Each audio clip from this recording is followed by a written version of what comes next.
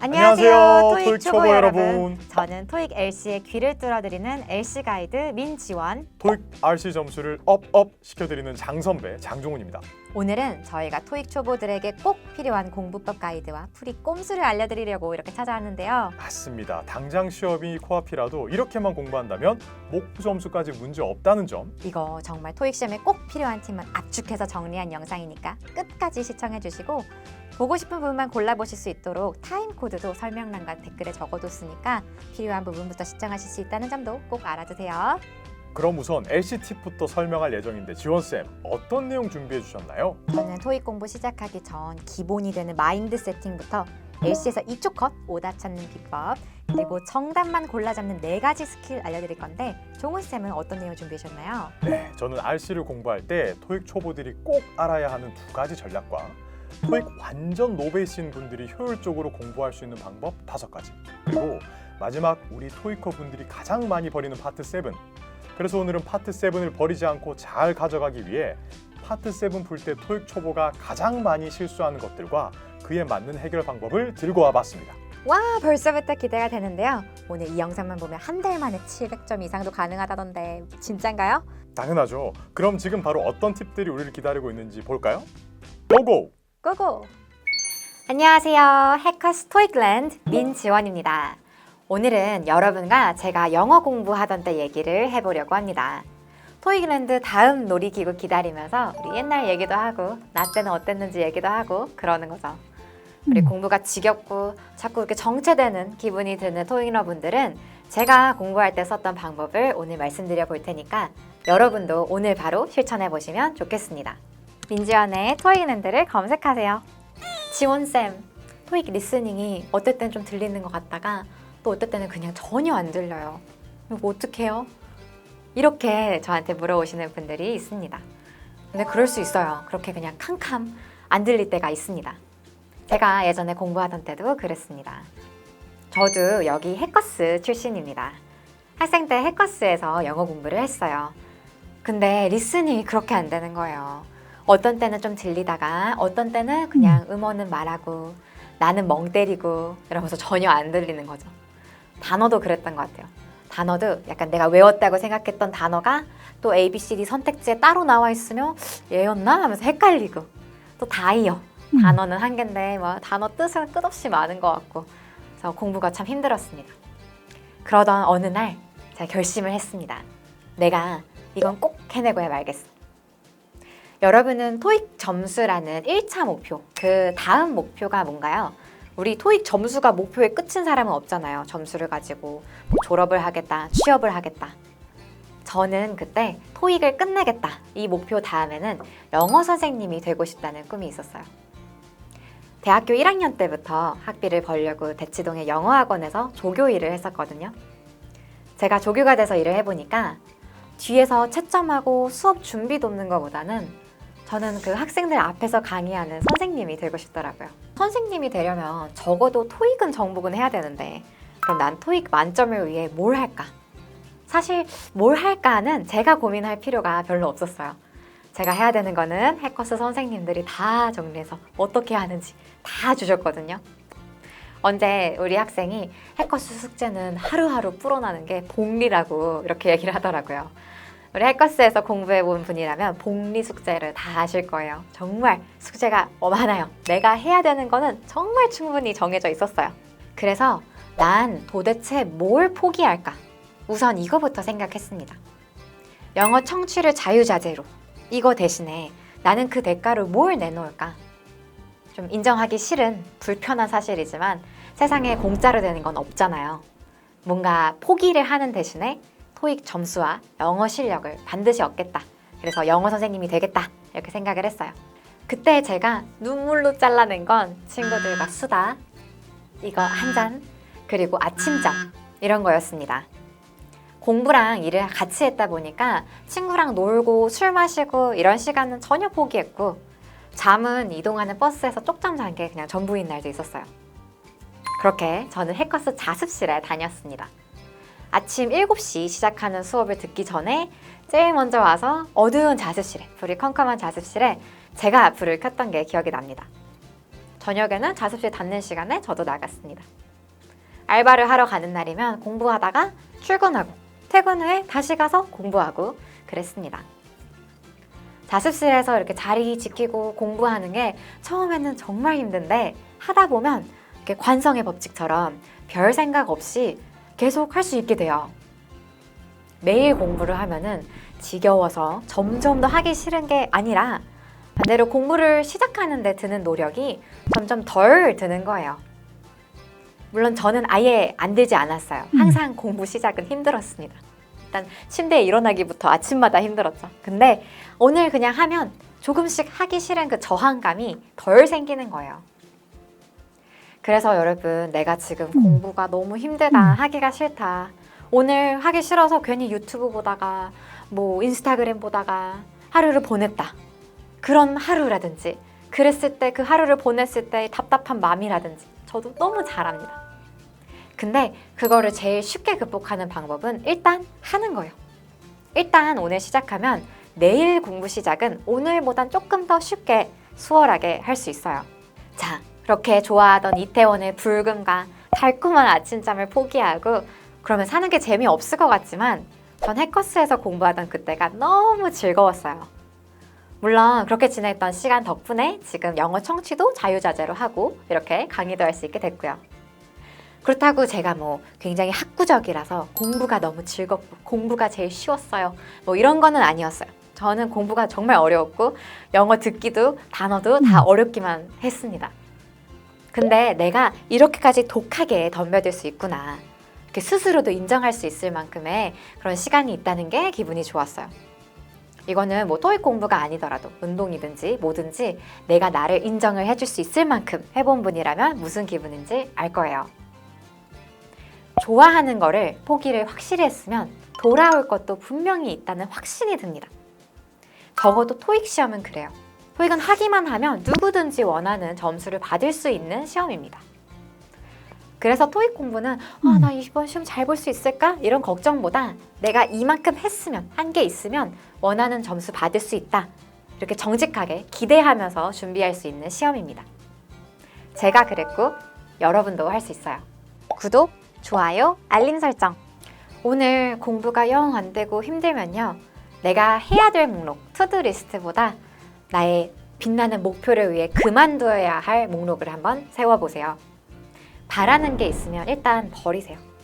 술 한 잔 마시는 그 금쪽 같은 시간 포기하시고 뭔가 하나 결심했으면 으드득 얼금니를 깨부면서 덤벼보는 거예요. 욕심이 큰 사람은 잘 버립니다. 자, 여러분 결심이 좀 서시나요? 우리 모두 할 수 있습니다. 리스닝 1번부터 6번까지의 파트 1은 주어진 사진을 묘사하는 ABCD 선택지를 듣고 그 중에서 가장 알맞은 문장을 고르는 파트입니다. 파트 1의 ABCD 네 음성 사이에 2초의 시간이 주어지거든요. 우리는 선지를 듣고 2초 내로 재빨리 이 선지가 오답인지 아닌지 오답 여부를 가려내야죠. 내 선지를 한 번에 듣고 정답을 고른다고 생각하지 말고 빠르게 오답을 버려간다고 생각하면서 듣는 것이 핵심입니다. 그게 왜 중요하냐면 방금 지나간 음성이 사진을 객관적으로 묘사한 정답인지 그걸 판단을 하려면 주어 맞았는지, 동작 맞았는지, 위치 맞았는지 그 문장을 처음부터 끝까지 완벽하게 들어야 되지만 오답 선택지에는 오답을 오답으로 만드는 코드가 심어져 있어요. 그 오답 코드를 문장에서 하나만 캐치할 수 있으면 나머지 부분 조금 놓쳤더라도 오답 선지는 버릴 수가 있는 거죠. 꼭 기억해 줘야 돼요. 토익 700점은 내가 문제 70% 이상을 들었어야만 받을 수 있는 게 아니에요. 다 못 들었더라도 답 고를 수 있게 만들어주는 오답 코드. 그 첫 번째는 동사입니다. 특히 사진에 사람이 보이면 사람 주어가 보다는 동작부터 집중해서 들어주시면 됩니다. 두 번째는 사진에서 특정한 동작이 아직 진행 중인지 하고 있는 중인 건지 아니면 다 끝났는지를 구분시켜서 오답을 내줍니다. 보통 사진에서 보이는 정답은 다 끝난 완료인데 오답 함정으로는 그 동작이 진행 중이라는 선택지를 심어 놓는 거죠. 굉장히 까다로운 부분이니까 우리가 고사장 가기 전까지 오늘 꼭 이해하고 넘어가 주셔야 되는 부분입니다. 오답 코드 그 세 번째는 영어 문장 맨 마지막에 나오는 which입니다. 묘사하는 문장 앞부분이 전부 맞았더라도 맨 뒤에 which가 틀리면 절대 객관적인 묘사가 될 수 없어요. 우리 사진과 오답들 함께 정리해보고 그리고 파트 1에 나오는 문장 3상문형 총정리까지 해보도록 하겠습니다. 자, 그럼 저희 첫 번째 오답 코드 동작 연습해 보도록 하겠습니다. 다음 사진에 오답 선택지 2개를 들을 건데요. 이 선택지 동작이 어떻게 오답을 줬는지 한번 연습해 볼게요. 첫 번째 사진부터 우리 가운데 남자가 보이는데 동작 보니까 이렇게 손 뻗으면서 뭔가 가리키고 있어요. 이랬을 때 영어로 우리 뭐 pointing to, pointing at 같은 표현들은 정답으로 줄 수 있겠고 보니까 뭐 발표 같은 것도 하고 있다 이 정도는 나올 수 있겠어요. 근데 오답은 어떻게 주냐면 A man is cleaning a monitor. 남자가 모니터를 A man is cleaning a monitor. Man is cleaning a monitor. 남자가 청소하는 중 이런 식으로 오답을 주는 거죠. 근데 클리닝 듣자마자 오답으로 버리고 소거하고 가시면 되겠습니다. 하나 더 들어볼까요? 우리 사람들이 또 있는 모습들을 보면서 동작을 틀리게 이렇게 오답을 People are arranging some furniture. 대표적으로 오답으로 주기 좋아하는 건데 뭐 하고 있다? People are arranging some furniture. People are arranging. 정리하다, 배열하다 이런 뜻이죠. 사람들이 소파 같은 퍼니처에 앉아 있는데 여기다가 arranging 같은 동작을 주면서 정리하는 중 하고 오답으로 만들어주는 것이 되겠습니다. 자, 동작 오답 코드 두 번째 사진 보도록 하겠습니다. 사람이 손에 핸드폰 쥐고 있고 스폰지도 쥐고 있어요. 그래서 이걸 쳐다보고 있는데 오답 선지가 지나갑니다. 오답 선지 잡아보세요. She is emptying a bucket. She, 사람이 버킷을 어떻게? 동작 다시. She is emptying a bucket. She is emptying a bucket. 네, 우리 형용사로 empty 하면 무슨 뜻으로 잘 알아요? 굳습니다. 텅 빈. 근데 emptying 동사로 주니까 비우고 있다라는 동작이네요. empty가 형용사 아닌가? 너무 막 길게 고민하지 말고 empty 동작인가 봐. 근데 뭐 비우고 있는 거 안 보이니까. 그리고 버켓이 뭐 빈 거 같지도 않으니까 오답 하고 버려주시면 좋겠습니다. 자, 두 번째 오답 선택지도 한번 같이 들어보겠습니다. She is sweeping the floor. 여자가 floor를 She is sweeping the floor. sweeping the floor. 그죠? 아마 여자가 청소할 것 같긴 하는데 sweeping, 바닥을 쓸고 있진 전혀 않습니다. 다만 스펀지를 꽉 쥐고 있을 뿐이죠. 그래서 바로 오답 선지로 버려주시면 되겠습니다. 자, 두 번째 오답 코드는 동작의 진행과 완료입니다. 사진에 보이는 정답은 동작을 다 완료했다는 건데 오답 선택지로 동작을 진행 중이다, 진행하고 있다 라고 들려주는 거죠. 이걸 정확하게 이해해두지 않으면 굉장히 헷갈리는 선지가 되기 때문에 한번 연습을 해볼게요. 자, 우리 지금 사진에서 두 명이 뛰고 있습니다. 만약에 running outside 정도는 정답 선택지가 되겠죠? 그런데 지금 완료한 동작을 이렇게 진행으로 주면 오답으로 버리셔야 되는데 오답 선지 들어볼게요. The woman is tying her hair up. 이걸 그냥 한국어로 생각하면 정답 선지 같죠? The woman is tying her hair up. 여자가 그녀의 머리를 묶고 있다. 오, 여자가 머리를 묶고 있다. 나쁘지 않은데? 정답 같은데? 그런데 우리 영어로 할 때 A woman is tying 어떤 진행형을 얘기해 주는 거죠. 현재 진행형, 여자가 지금 머리를 묶기 시작해서 머리 묶는 게 아직 다 안 끝났을 때 A woman is tying her hair up. 지금 다 이렇게 묶기를 완료했을 때는 Woman is tying her hair up. 지금 머리를 묶고 올리고 있다는 정답이 안 되겠습니다. 네, 이 동작과 상태 오답은 물론 사람한테도 쓸 수 있지만 특히나 사물한테, 덩그러니 있는 사물한테 동작이 가해지고 있는 중이다 라고 오답 선택지로 주기 정말 좋아합니다. 우리 이거 자칫하면 함정에 빠지기 쉬우니까 조심해서 한번 들어볼게요. 자, 사람들이 서류를 쥐고 보고 있고요. 옆에는 커피 컵들이 있고요. 그럼 오답 선택지가 이렇게 샥 깔리는 거예요. Coffee is being poured into cups. 오, 커피도 있고 컵도 있고. 그게 아니라 여러분 중간에 뭐라고?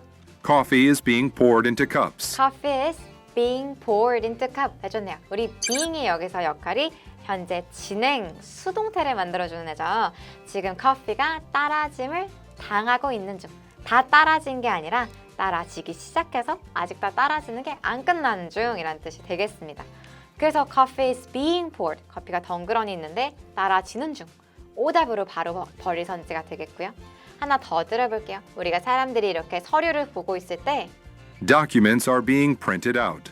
다큐멘트가 Documents are being printed out. 서류는 눈에 잘 보이는데 어떻게 되고 있는 중?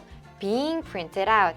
다큐멘트가 프린트 된 게 아니라 being printed out. 프린트 되고 있는 중이라고 얘기하는 오답 선택지인 거 괜찮을까요? being 잘 이해가 안 돼요, 선생님. 같이 보시죠. 자, 우리가 머릿속에 현재 진행 수동태가 들어가 있으면 Part 1의 being 문제, 사람 없는 문제도 무조건 맞힐 수 있어요. 자, 먼저 현재, Part 1에서 현재란 무엇이냐?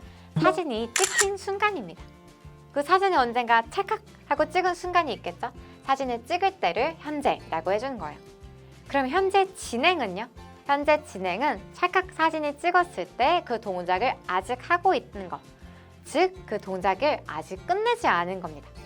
A woman is tying her hair up. 머리를 묶고 있는 중 이렇게 얘기를 하는 거면 여자가 묶기를 시작해서 아직 덜 묶었어야 돼요. 고무줄을 아직 돌리고 있는 게 A woman is tying her hair up 이 되는 거죠. 자, 그럼 마지막으로 현재 진행 수동태는 동작 당하는 게 아직 안 끝난 게 되겠습니다. 뭐한테 동작이 당한 게 아직 안 끝나냐면 주어한테. 보통 사물주어겠죠. 그래서 사물주어한테 is being 동작이 가해지고 있는 중이라고 줄 때 is are being done 되어지고 있다 라고 얘기해 주는 거예요. 자, 그래서 우리가 being을 한국어로 한마디로 없다 보니까 헷갈리는데 being은 주어의 동작이 가해지고 있다 라는 뜻으로 외워주시면 되겠습니다. 주어의 동작이 가해지고 있을 때 something is being done. 그래서 coffee is being poured 하면은 지금 따라지고 있는 중. 사진을 찍은 순간에 그 동작 가해지는 게 아직 안 끝난 거라고 이해해 주시면 되겠습니다. 자, 마지막 오답 코드는 바로 위치입니다.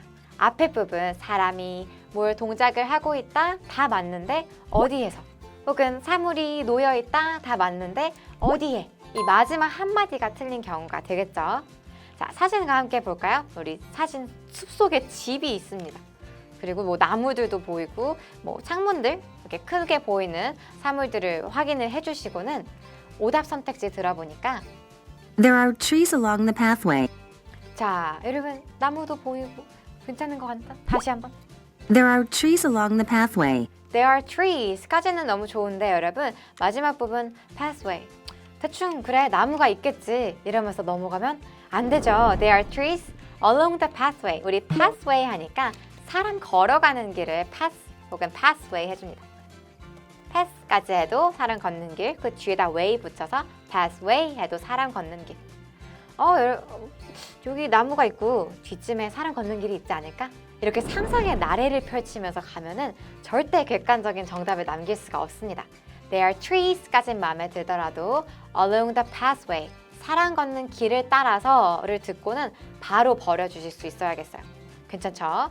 자, 하나 더 들어볼게요. 오답 선지. A plant has been left on the doorstep.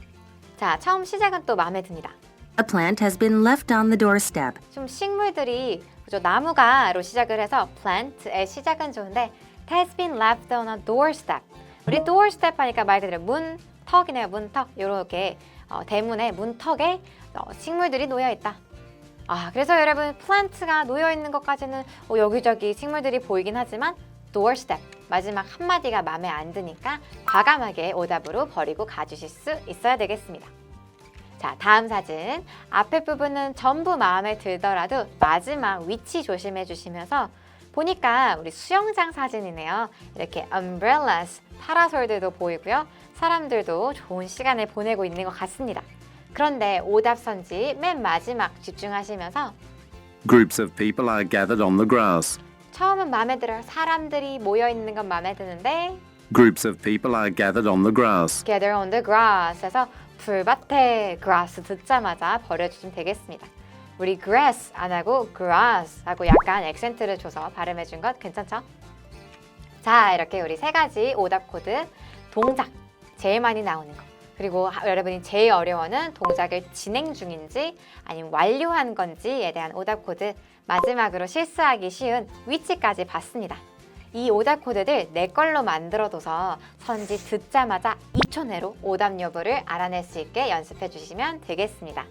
토익 파트 2에는 리스닝 총 100문제 중에서도 가장 어렵다는 소위 킬러 문제들이 숨어 있어요. 적게는 5문제에서 10문제쯤 늘 출제가 됩니다. 요것들이 만만치가 않아요. 이런 킬러 문제는 대체 어떻게 잡으면 좋을까요? 우리 이렇게 한번 생각을 해볼게요. 내가 지금 망치를 들고 두더지 게임을 합니다. 1초마다 하나씩 두더지 3마리가 올라오는 거예요. 근데 그 중에서 한 마리는 좋은 나라 두더지, 2마리는 나쁜 나라 두더지거든요.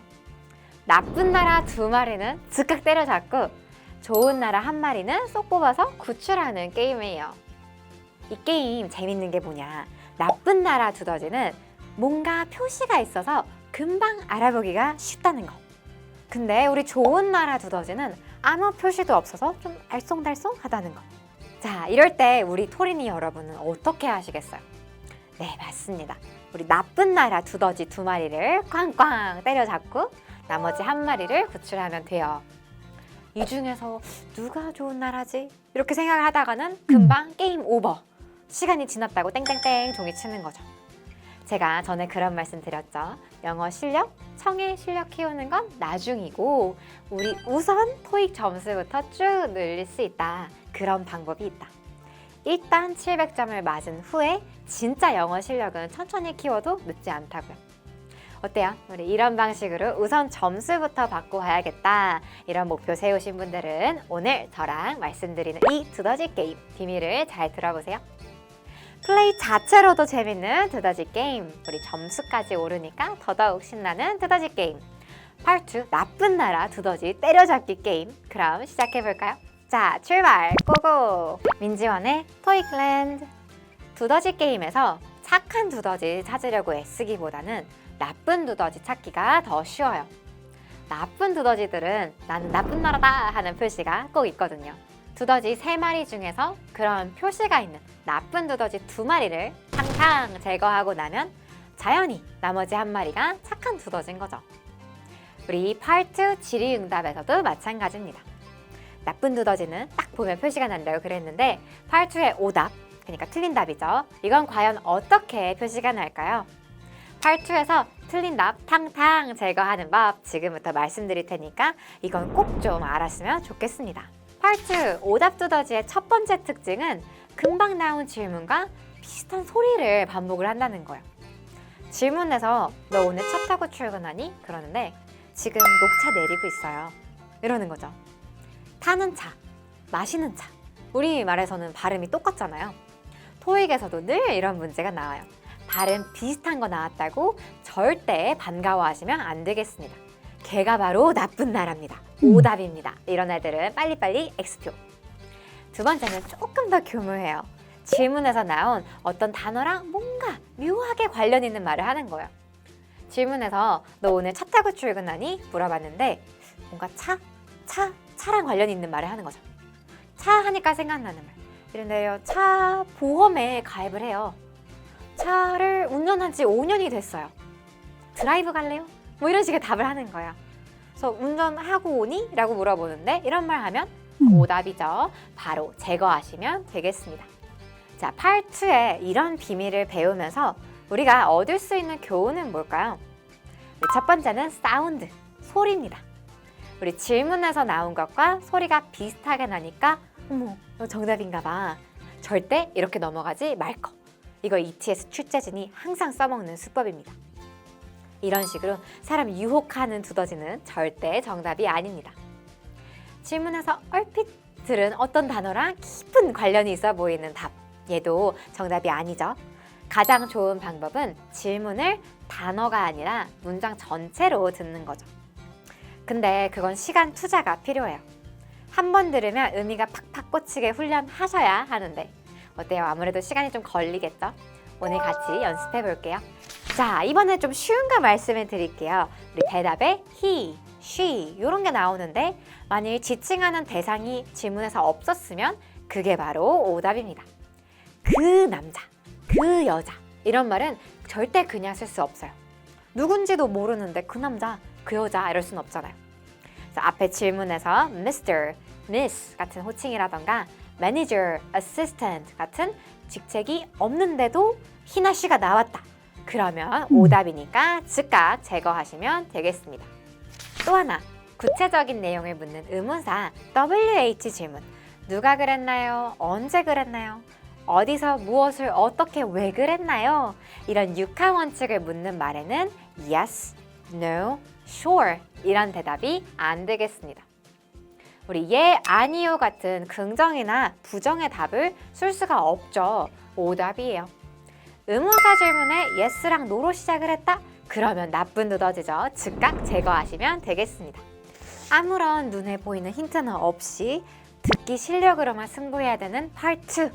우리 두더지 게임으로 아리송아 정답보다는 표시가 나는 오답에 집중하기를 연습을 해봤습니다.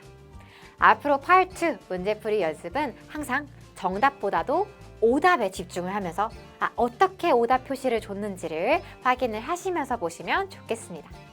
실전에서도 오답은 쾅쾅 쳐내고 정답을 남기는 그날까지 연습합시다. 오늘도 토익랜드에서 열심히 공부하신 여러분 수고 많으셨습니다. 앞으로도 지금처럼 노력만 하신다면 금방 원하는 점수 얻으실 수 있으실 거예요. 우리 조금만 더 힘내서 달려봅시다.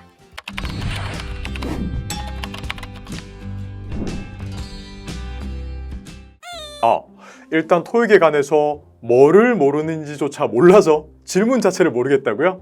괜찮아요. 그러면 제가 경력직이 아니라 완전 신입사원이라고 생각하고 하나하나 알려드릴게요. 잘 한번 들어봐요. 메모하셔도 괜찮아요.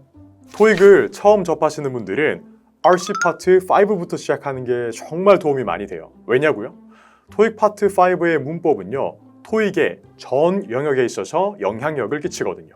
토익 문제는 처음부터 끝까지 영어로 진행되고 질문도 영어, 보기도 영어예요. 영어로 들리는 문장, 영어로 적혀있는 보기들을 보고 뜻을 알아야 시험 진행 자체가 가능하니까요. 이게 파트 5에서 문법과 어휘를 잘 잡아두면 당연히 파트 6랑 파트 7의 긴 지문들에 대한 독해가 잘 되기 시작할 거예요. 그리고 RC뿐만 아니라 LC 파트에서도 문장을 영어로 듣고 이해가 돼야지 여러분들이 풀 수가 있거든요. 그래서 파트 5부터 시작한 거를 추천드립니다. 자, 그럼 이제 토익에 대해서 전체적으로 큰 그림을 한번 쫙 잡고 시작해 볼까요? 쫙 따라와요. 토익은 LC 100문제, 와우, RC 100문제로 구성되어 있다는 거. 그럼 여러분들 2개 더하면 몇 문제일까요? 200문제. 잘 따라오고 있나요? 제가 사수니까 천천히 설명드리는 거예요. 오늘 첫날이니까. 총 120분 동안 치는 시험이에요. 2시간. 와, 길다, 그쵸? 자, 그런데 여러분들 잘 보세요. 평점이 더 높은 파트가 있어요. 둘 다 495점, 495점, 총 990점, 꿈의 점수 만점인 시험인데요. 이 중에서 전국 토익 평점을 딱 내봤을 때 어떤 파트가 더 높느냐? 바로 LC 파트가 더 높습니다. 왜 그런지 지금부터 제가 차차 설명을 드릴 건데 그 전에 여러분들이 가져야 되는 마음가짐이 있어요. 영업부 선배로서 제가 영업 꿀팁을 좀 드리자면 200문제를 2시간 만에 푸는 거는요, 와, 이건 진짜 쉽지 않은 일이거든요. 솔직해집시다. 우리 한국어로 된 문제 200개를 2시간 만에 풀면 과연 내가 다 맞출 수 있을까요?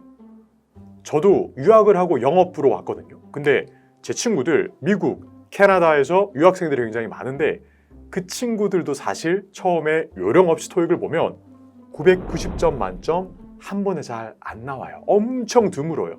물론 계속 치면 나오겠죠. 하지만 엄청 힘들어요. 왜 그러냐면 여러분들도 같은 생각으로 접근을 해야 돼요.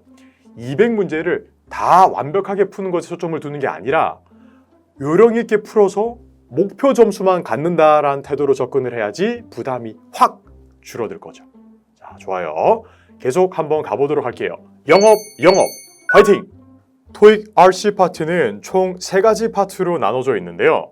파트 5는 문법과 어휘 문제 총 30문제로 구성이 되어 있고 파트 6도 문법과 어휘 문제 총 16문제로 구성이 되어 있습니다. 파트 7은 독해 문제에 좀 더 가깝죠? 잠깐만. 지금 표정 보니까 같은 문법 어휘 문제인데 왜 굳이 파트를 나누는지 궁금해하는 표정인데요. 그 이유는 바로 문장 길이에 있습니다. 파트 5는 단문, 대부분 한 문장 속에 있는 정답을 찾아내는 파트고요. 파트 6는 장문, 무조건 두 문장 이상 지문 속에 있는 정답을 찾아내는 파트예요. 특히 이거 아침 회의할 때 자주 나오는 주제니까 반드시 알고 있어야 돼요. 제가 예제를 보여드릴 테니까 바로 풀려고 하지 마시고 차이를 일단 한번 느껴볼까요? 보세요. 파트 5가 파트 6에 비해서 훨씬 짧죠. 그쵸? 훨씬 더 직관적이다라는 말이에요. 어떻게 보면 yes or no라고 물어보는 느낌이 좀 들죠? 맞습니다. 파트 5의 문제는요. 문법 문제와 어휘 문제로 나눠져 있죠. 자, 각 문제를 한번 비교해 보도록 할 거예요. 자, 문법 문제는 잘 봐요. 해석으로 하는 게 아니라 보기부터 먼저 보셔야 합니다. 보기가 어떻게 생겼냐? 비슷하게 생겼어요. 보기가 비슷하다라는 말은 이게 바로 품사를 물어보는 문제라는 점, 체크. 품사를 묻는 게 뭐다? 바로 문법 문제라는 점이에요. 문법 문제를 풀 때 꿀팁 나갑니다. 잘 들어요. 항상 동사부터 먼저 찾으세요. 동사를 찾게 되면 문법, 그 문장의 구조가 보이게 되고요. 그 문장의 구조를 파악하면 무엇이 비었는지, 어떤 품사가 필요한지 알 수 있거든요. 이게 바로 문법 문제를 푸는 꿀팁. 보기 봐서 비슷하면 품사다라는 걸 알고 올라와서 동사 바로 찾아내시면 문법 문제를 바로 풀 수 있습니다. 두 번째 한번 가볼까요? 보기부터 먼저 보세요. 항상 짜라잔. 보기가 조금 다르게 생겼다, 그렇죠? 보기 다름. 보기가 다르다는 게 무슨 뜻이냐? 이건 품사가 아니라 뜻을 아셔야 풀 수 있는 거예요. 즉 바로 올라와서 해석을 먼저 해주시면 되겠습니다. 아까 문법 문제랑 좀 다르죠? 문법 문제는 동사 찾기, 이렇게 어휘 문제는 해석으로 풀어준다. 그리고 항상 보기부터 먼저 체크해 주시는 것 잊지 마시고요. 아시겠나요? 좋습니다. 아이고, 문법 문제가 겁난다고요? 걱정하지 마세요. 앞으로 출근하면 제가 차근차근 알려드릴 테니까. 저 그렇게 무서운 사람은 아닙니다. 네. 대신에 우리 회사 홈페이지 주소는 외우셨어요? 안 외웠어요? 근데 그거부터 문법 공부 시작인데 지금 기억하면 되니까 잘 기억해봐요. 문법 공부는 sv.com으로 시작하시는 거예요. 문법 공부는 내일 출근하시면 제가 바로 알려드리도록 할게요.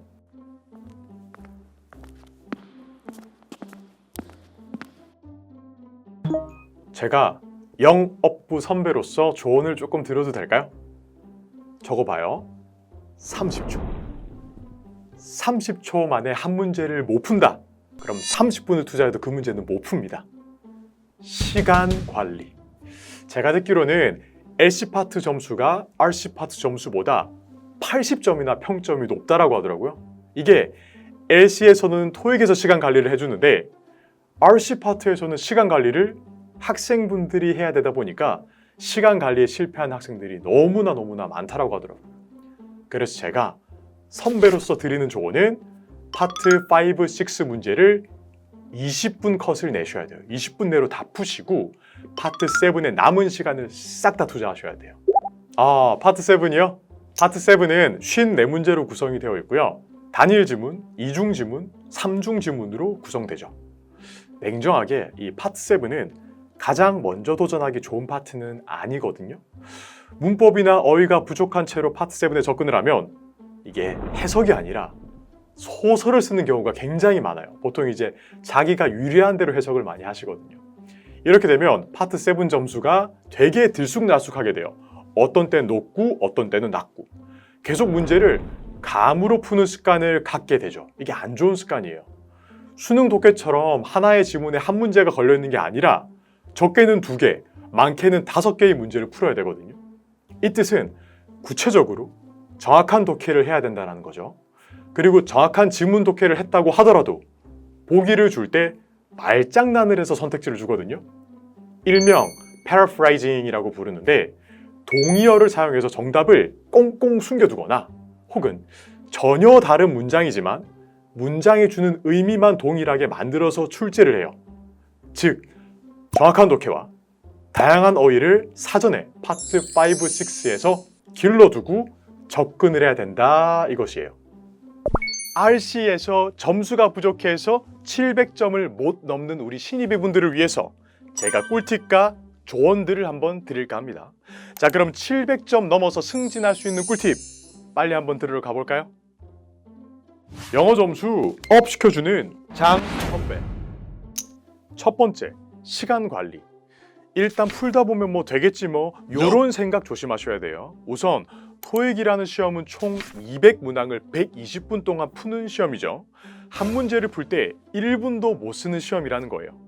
특히 에라 모르겠다 이런 식으로 시험에 응시하면 이게 RC에서 시간이 너무 부족해져요. 시간을 계획적으로 사용을 하려면 전략이 있어야 되겠죠.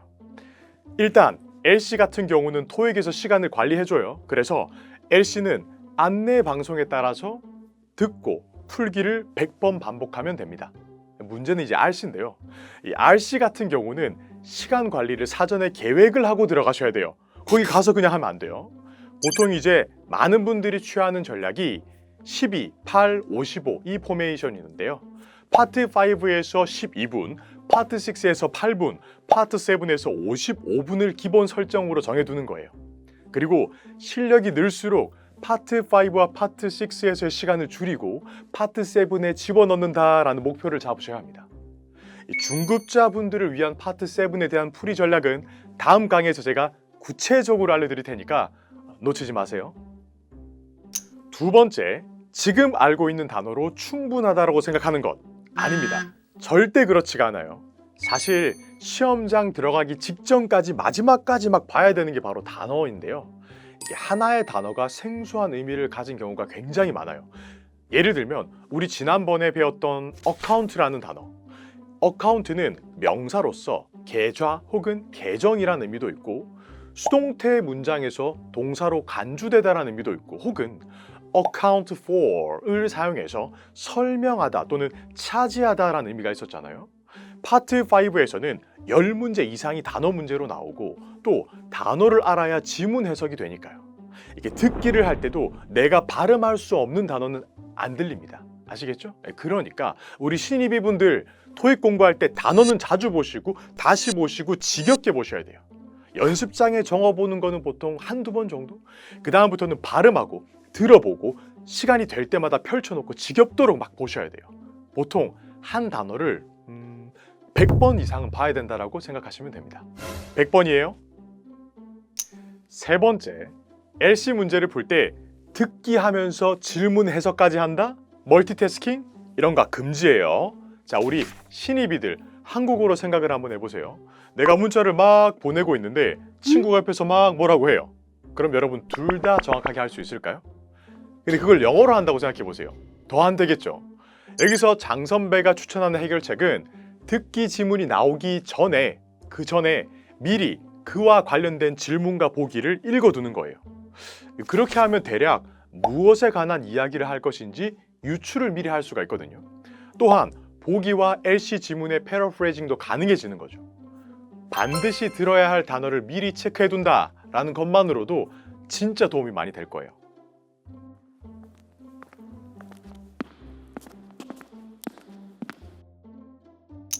네 번째, 집중력 저하. 아마 한 번이라도 시험장에 가셨던 분들은 알 거예요. 시험장은요, 평소에 내가 있던 곳과 분위기가 다르기 때문에 막 긴장이 되고 불안감으로 인해 가지고 집중을 못하는 경우가 너무 많아요. 또 시험을 많이 응시해 보신 분들은 상대적으로 긴장감은 좀 덜 느끼지만 역시나 이 2시간이라는 긴 시간 동안 집중력을 쭉 유지하는 게 굉장히 어렵거든요. 저도 공복에 시험장에 가면 중간에 계속 집에 가고 싶어요. 그래서 항상 배를 든든하게 막 채우고 가는데 카페인도 막 채워야 되겠죠. 그리고 문제를 풀 때 모의고사 회독을 10번 정도 풀고 시험장에 가셔야 돼요. 쉬지 않고 한 2시간 정도? 엄청 고통스러울 거예요. 하지만 우리가 어떤 민족입니까? 잘 생각해봐요. 한 시즌에 10개짜리 드라마를 하루 만에 끝내는 잠재력을 가지고 있다니까요. 그리고 해커스 오시면요, 연강 3시간 수업 플러스 스터디 1시간까지 4시간까지 집중할 수 있는 연습을 할 수 있다는 거 잊지 마시고요. 5번째, 모든 문제를 같은 방법으로 푼다. 이거 진짜 하시면 안 돼요. 토익 같은 경우는 7개의 파트로 나눠져 있잖아요. 각 파트별로 문제를 푸는 방법이 달라야 해요. 즉, 공부하는 방법도 다 달라져야 된다는 거죠. 잘못된 방법으로 문제에 접근을 하면 내가 문제를 풀 실력은 있는데 그 문제가 안 풀리는 경우가 굉장히 많거든요. 얼마나 억울해요. LC의 경우에 사진을 묘사하는 문제는 사진에서 어디를 주로 봐야 하는지 미리 알면 풀기가 훨씬 쉽겠죠? 그리고 상호 간에 오고 가는 대화인지 일방적으로 한쪽에서 몰아치는 대화인지를 미리 알아야 하죠. 왜? 듣는 포인트가 다르니까요. RC의 경우에도 문법 문제는 동사를 먼저 잡고 풀어야 하고, 이 어휘 문제는 문맥으로 풀어야 하고, 독해 문제는 지문 유형에 따라서 집중해서 읽어야 되는 포인트가 다르다라는 점 기억해 두세요. 그러니까 여기서 포인트는 각 파트별로 공부 전략과 풀이 전략을 다르게 준비한다는 거예요. 자, 오늘은 파트 7 공략법을 한번 가지고 와봤는데요. 토익에서 파트 7 문제는 총 54문제입니다. 그냥 읽으면 풀리겠지, 읽다 보면 풀리겠지라는 생각으로 접근을 하면 갑자기 방송에서 시험 종료 5분 전입니다 라는 멘트에 당황하다가 갑자기 막 마지막에 진땀이 주룩주룩 흐르게 되는데요. 그래서 꼭 아셔야 하는 것은 문장을 그냥 편한 마음으로 읽는 것과 읽어서 문제를 푸는 것은 전혀 다른 활동이라는 거예요.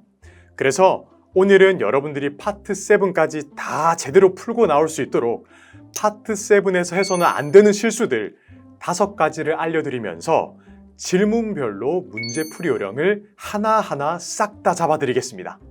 자, 그럼 파트 7 풀 때 가장 많이 하는 실수 첫 번째, 목적 없는 글 읽기. 여러분, 토익은요 시간을 때우는 잡지가 아닙니다. 질문부터 항상 먼저 보셔야 돼요. 제발 제가 부탁 좀 드릴게요. 질문부터 보는 이유는요, 내가 이 질문을 통해서 어떠한 정보를 찾아내야 하는지 그 명분, 목적을 갖게 되는 과정이라서 그런 거예요. 예를 들어 볼까요? 다음 글이 쓰여진 목적은 무엇인가? 라는 질문을 확인하는 순간 내 머릿속에 이 글을 왜 적었는지 알아내자 라는 마음가짐이 생기거든요. 지문 속에서 존은 누구인가? 라는 질문을 읽는 순간 머릿속에 어서 존 관련 문장을 찾아내자 라는 마음가짐이 생기는 것처럼 말이죠. 근데 여기에 우리 중급자분들을 위한 팁을 조금 더 드리자면 각 질문과 각 지문별로 풀이 전략도 다르게 가져가는 게 좋겠죠. 예를 들어 보면 이메일 지문이 나오면 주소 확인 필수인 거 아시죠? 그리고 육하 원칙이나 not true 문제가 나오면 키워드, 핵심 단어부터 무조건 잘 찾아주는 거 잊지 마시고, 추론 문제 같은 경우는요 근거를 두고 예상을 하셔야 돼요. 항상 상상이 아니라. 네, 자주 하는 실수 두 번째, 이 파트 7을 풀 때 파트 5, 6처럼 푼다. 이건 아주 흔하고 좀 귀여운 실수이긴 해요. 생각보다 많은 후배님들이 이렇게 토익을 푼다라고 하는데요. 자, 파트 5와 6는 문장 구조 분석을 해서 문법 문제를 풀고 그 다음에 문맥을 보고 알맞은 어휘를 고르잖아요. 즉 빈칸 채우기로 문제를 푸는 건데, 그런데 파트 7 이렇게 풀면 절대 안 돼요. 파트 7은 어차피 문장 하나하나를 다 구조 분석할 시간이 없어요. 또한 하나의 문장에만 의존을 하다 보면 전체 문맥을 놓치는 경우가 너무나 많고 낚시 단어들에 당하는 경우가 너무 많으니까요. 꼭 큰 그림, 전체 문맥을 보는 습관을 가져야 하거든요. 자, 자주 하는 실수 세 번째, 해석이 아닌 소설. 거의 문의 창작, aka 웹소설, 라노벨 이런 느낌. 여러분들 보통 문법에 대한 이해가 부족할 때 단어로만 해석을 하려고 하죠. 예를 들면요, 여기 coffee와 people 이란 단어가 있으면요, 사람들이 커피를 마시겠지라고 하면서 스스로 소설을 만들어내는 거죠. 또 locate라는 단어를 보고 위치시키다 라고만 알면 해석이 안 되는 문장이 너무나 많아요. 이게 찾다라는 의미도 있거든요. 그리고 이게 또 막상 하다 보면 이야기가 또 잘 들어맞아요. 왜? 거짓말은 어디든 잘 끼워 맞출 수 있거든요. 그래서 문법과 단어를 정확하게 공부하고 해석을 하시는 게 정말 중요해요. 자, 그리고 한 가지 더, 수능 영어처럼 풀려고 하면 절대 안 돼요. 수능 영어는요, 독해 지문을 풀 때 전체 분위기를 보고 문제를 하나씩 풀고 또 다음 지문을 푸는 경우가 대부분인데요. 토익 같은 경우는 집요하고 세부적으로 물어보거든요. 그래서 느낌 자체가 독해를 할 때 스르르 물 흐르듯이 힘을 빼고 읽다가 내가 찾던 내용이다 싶으면 바로 빡 힘을 주고 들어가는 게 진짜 중요해요. 이게 스르르 빡 이게 참 연습이 좀 필요하실 거예요. 자, 자주 하는 실수 네 번째예요. paraphrasing 실패. 이 하나의 사물이나 사건을 묘사할 때 한 가지 방법만 있는 게 아니잖아요. 예를 들어 커피라고 바로 한 단어로 부를 수도 있고 씁쓸한 맛이 나는 검은 음료라고도 할 수 있고 토익을 공부할 때 집중할 때 마시는 것이라고 할 수도 있잖아요. 이것을 paraphrasing이라고 부르는데 토익에서 자주 쓰는 paraphrasing을 이해하고 보기를 봐야지 답이 보일 거예요. 토익에서는 1. 어구 변경, 2. 일반화하기, 3. 요약하기, 4. 추론하기 등등 다양한 paraphrasing 전략들이 있는데 평소 파트 7을 풀 때 지문에서 나오는 완전 처음부터 끝까지 완전 똑같은 단어랑 문장만 찾으려고 노력한다면 매력적인 오답에 낚이는 경우가 굉장히 많아요. 이 paraphrasing을 꼭 연습하고 시험장에 가셔야 합니다. 다섯 번째, 이거는 약간 강한 충고일 수도 있는데요. 선택과 집중을 해야 돼요. 이게 모든 문제를 다 풀려고 한다. 막 RC 100문제를 다 풀려고 한다?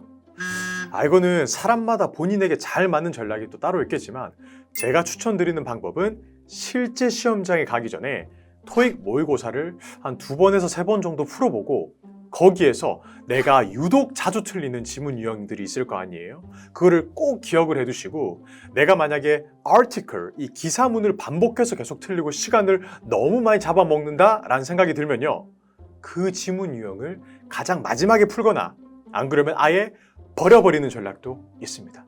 가슴 아프지만 우리가 시간을 세이브할 수 있다는 장점도 있거든요. 또한 파트 7 문제당 1분으로 계산을 잡고 마지막에 나오는 3중 지문 3개 중에서 내가 2개는 반드시 잡는다라는 생각으로 시험장에 가는 것도 또 방법이 또 있겠죠. 이 만점을 받는 게 목표가 아니라면 목표 점수에 필요한 문제들을 차근차근 전략적으로 집중 공략하는 것을 저는 완전 추천드리거든요. 꼭!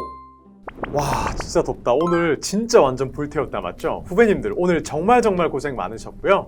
우리 오늘 배운 파트 7 공략법으로 이제 시험 마지막 5분 남았을 때 같은 번호로 주르륵 찍고 눈물이 주르륵 흐르는 그런 상황을 좀 피하기로 해요. 아시겠죠? 오늘 가르쳐드린 문제 중에서 풀다가 모르는 문제가 있으시거나 혹은 궁금한 점이 있다 하시면 언제든 댓글로 문의 주시면 저 장선배가 바로 달려와서 답변해 드릴 거니까 공부할 때는 질문이 중요하다라는 거 그거 절대 잊지 마시고 모르는 거 있으면 그때 바로 질문해 주세요. 자, 그럼 오늘은 시간이 조금 늦었으니까 한번 들어가 볼까요? 같이 나갑시다. 고고! 토익은 해커스, 영어도 해커스, 고득점 메이커스, 만점을 받아 버렸어. 토익은 해커스, 영어도 해커스, 고득점 메이커스, 만점을 받아 버렸어. 토익은 해커스, 조태꾸알 잊지 마세요. 고득점 메이커스, 만점을 받아 버렸어.